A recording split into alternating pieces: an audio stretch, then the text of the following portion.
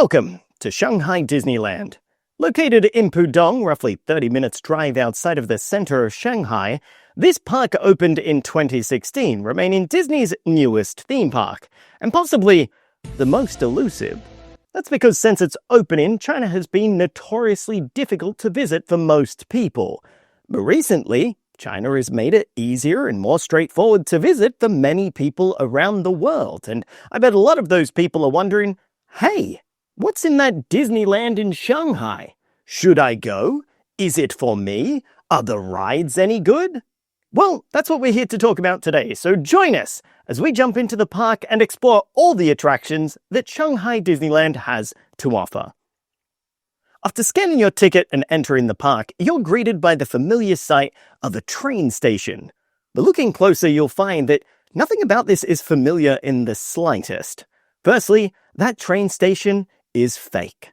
Shanghai Disneyland doesn't even have a train, and beneath that station, you might be surprised to find that Main Street USA is nowhere to be seen.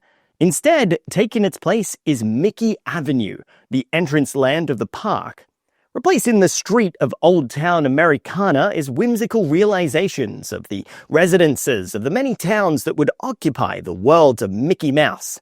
Now, despite the changes, Mickey Avenue serves much of the same function of Main Street USA, acting as your central hub for shopping and dining. There are no attractions here per se, apart from some meet and greets and a stage show called Mickey's Storybook Adventure, which is definitely worth a watch. However, keep in mind that this show is presented entirely in Chinese Mandarin. Actually, this is probably a good point to mention that most of the park is presented in Chinese, despite a lot of the signage throughout being in English. If you're lucky, some of the rides might have subtitles in the pre-show for safety instructions, but for the most part, if you don't speak Mandarin, you're gonna need to just vibe things out. Now, thankfully, this is a Disney park, so you shouldn't have any trouble understanding the gist of what's going on. But it might be worthwhile looking up the written plot to some of the major attractions and shows beforehand so you're not completely lost. Now, fun fact, did you know only 13% of people who watch our videos are subscribed? Look, we hate to ask, but simple things such as subscribing, liking, or simply leaving a comment that says, Shanghai Disneyland is definitely a theme park, tells YouTube that our videos ain't so bad, and help other people find them, bringing us one step closer to our goal of becoming Lord Theme Park Supreme, where we might consider reducing the price of churros. Mickey Avenue is also surprisingly short, but no shame to our short kings, that's because instead of being one long street, it kind of fans out around the perimeter of the park, encapsulating another strange new addition unique to Shanghai Disneyland called the Gardens of Imagination. This garden promenade functions as the castle's expansive front courtyard and the park's hub, home to multiple attractions, a few meet and greets, and likely the place where you'll catch the nighttime fireworks that close out each day. Actually, there's also a good chance you'll also see the parade here as it circles around the perimeter of the gardens. And if you're anything like us, you'll use this as a shortcut to get from one side of the park to the other. You'll probably come here a lot. Now, the attractions here are pretty straightforward, being Dumbo the Flying Elephant and the Fantasia Carousel. These are generally staples of Fantasyland and other Disney parks, but as you'll come to find later on, they've been moved here to make way for something a little more ambitious. These are classics for family members to ride together, and I think having them out the front of the castle makes them a little more special and unique. As we mentioned before, chances are as well that the Gardens of Imagination will be where you'll watch both the nightly fireworks, Illuminate, a nighttime celebration, or the daytime parade, Mickey's Storybook Express. Both of these are worth a watch, but the crowds can get pretty crazy.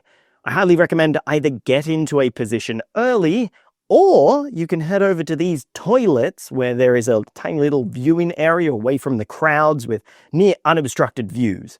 Now, you don't get a perfect view as you're off to the side, so a lot of the projections are a little bit odd, but it beats being elbowed for an hour.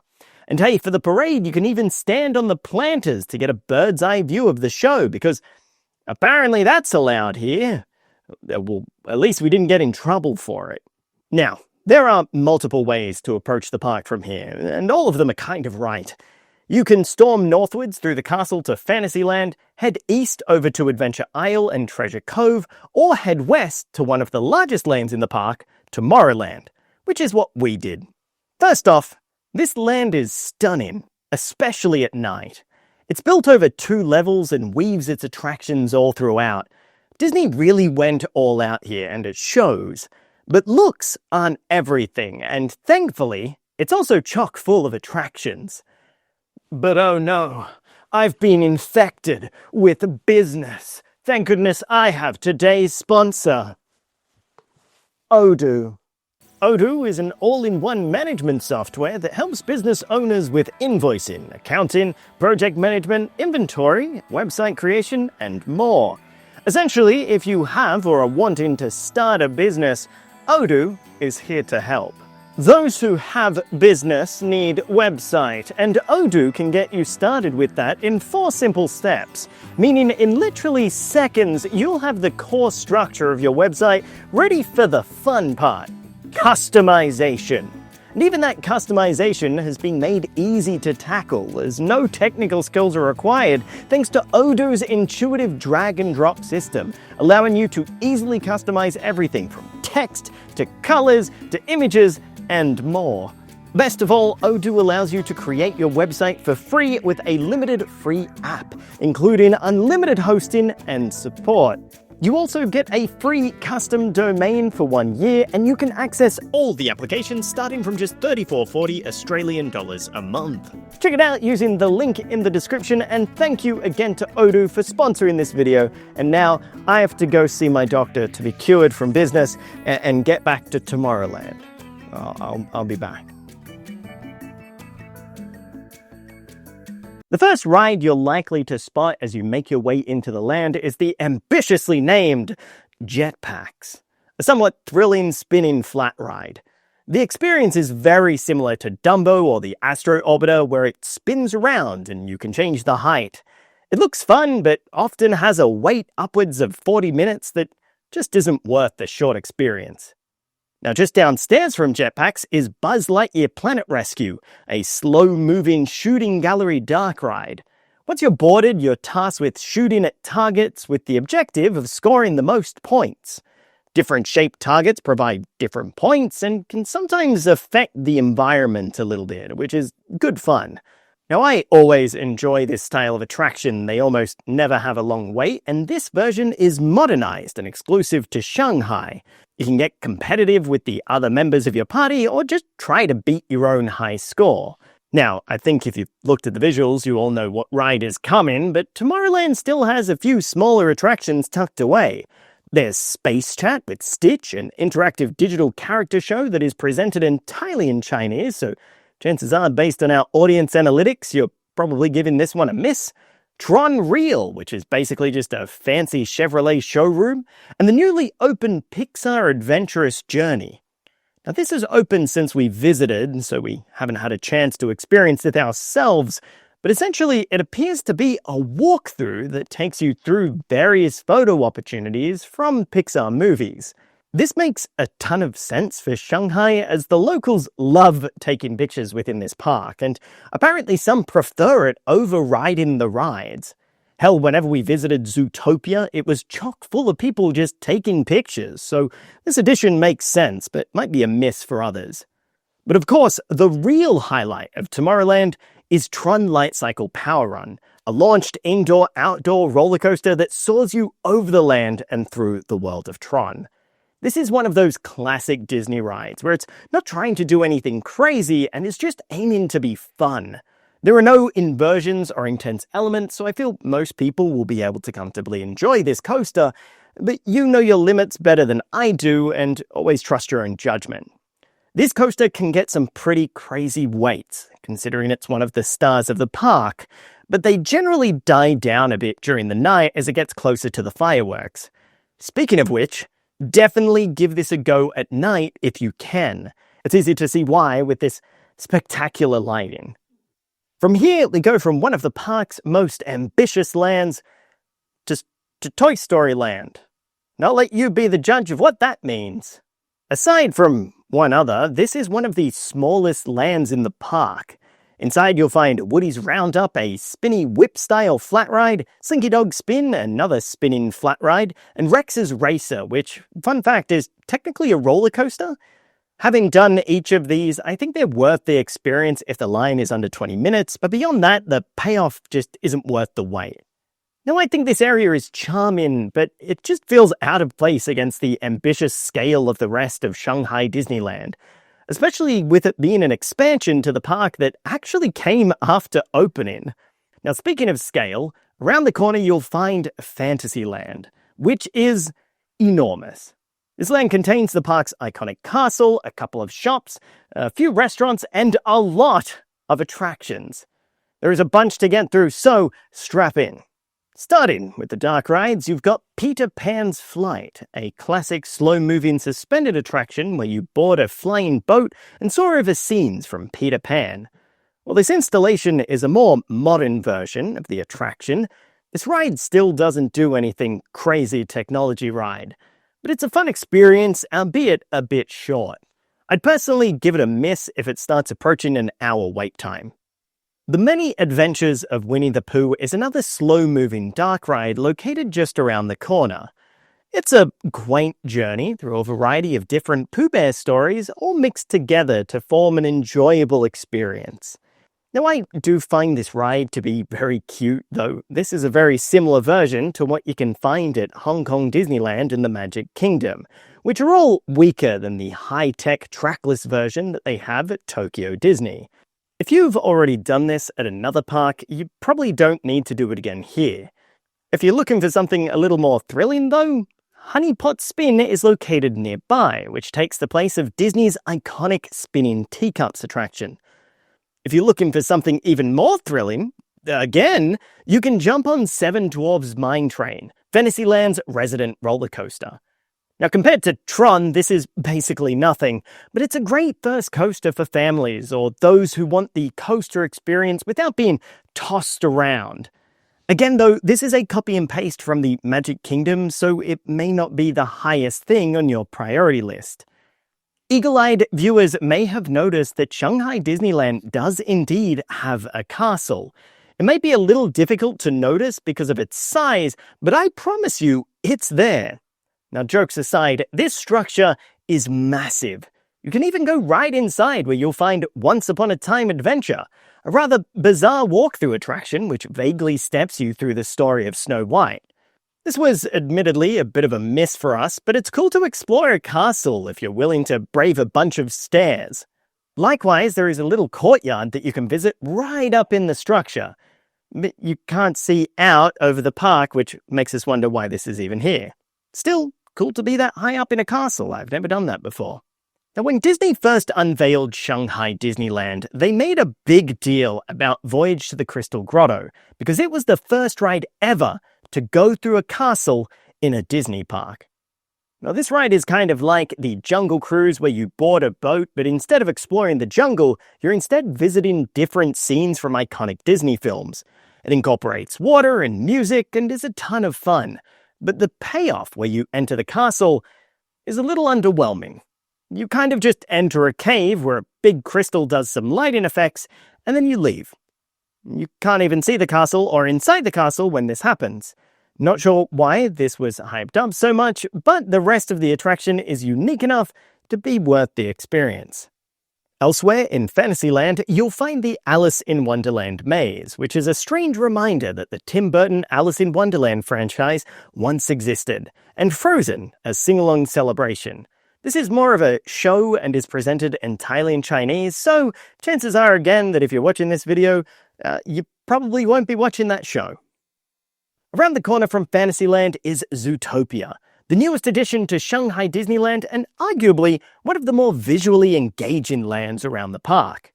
There is only one attraction here, but you can tell that the land itself was designed to be a spectacle for many to enjoy at the same time.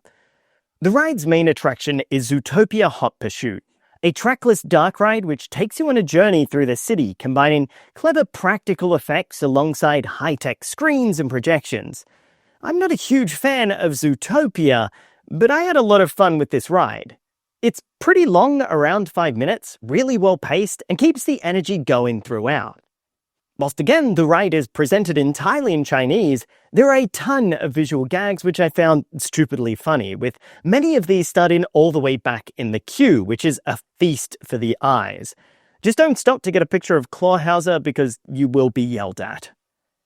When we visited in 2025, this ride was getting some monster queues, to the point that the land itself had to be closed for hitting capacity.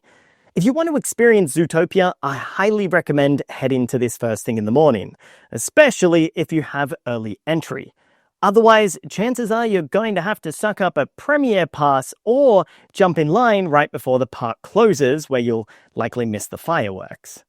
We've got 2 more lands left to explore, but quickly, I just want to mention that coming in the near future is the Spider-Man roller coaster that will open right next door to Zootopia.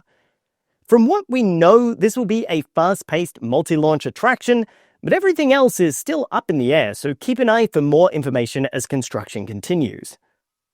The eastern part of Shanghai Disneyland is split into 2 lands that could best be described as 2 halves of Adventureland. Closest to Zootopia, you have Treasure Cove, which, as the name suggests, is all about pirates.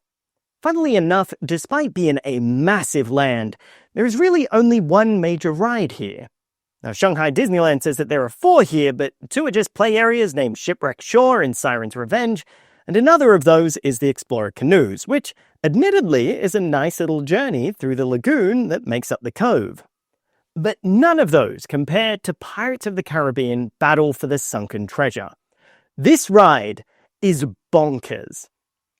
What starts off as a slow-moving boat ride quickly becomes a high-tech adventure through one of the most advanced dark rides we've ever experienced, incorporating mind-blowing special effects, huge dynamic screens, monstrous physical sets, and breathtaking animatronics. I know I just used a lot of adjectives, but really, the ride is just that good.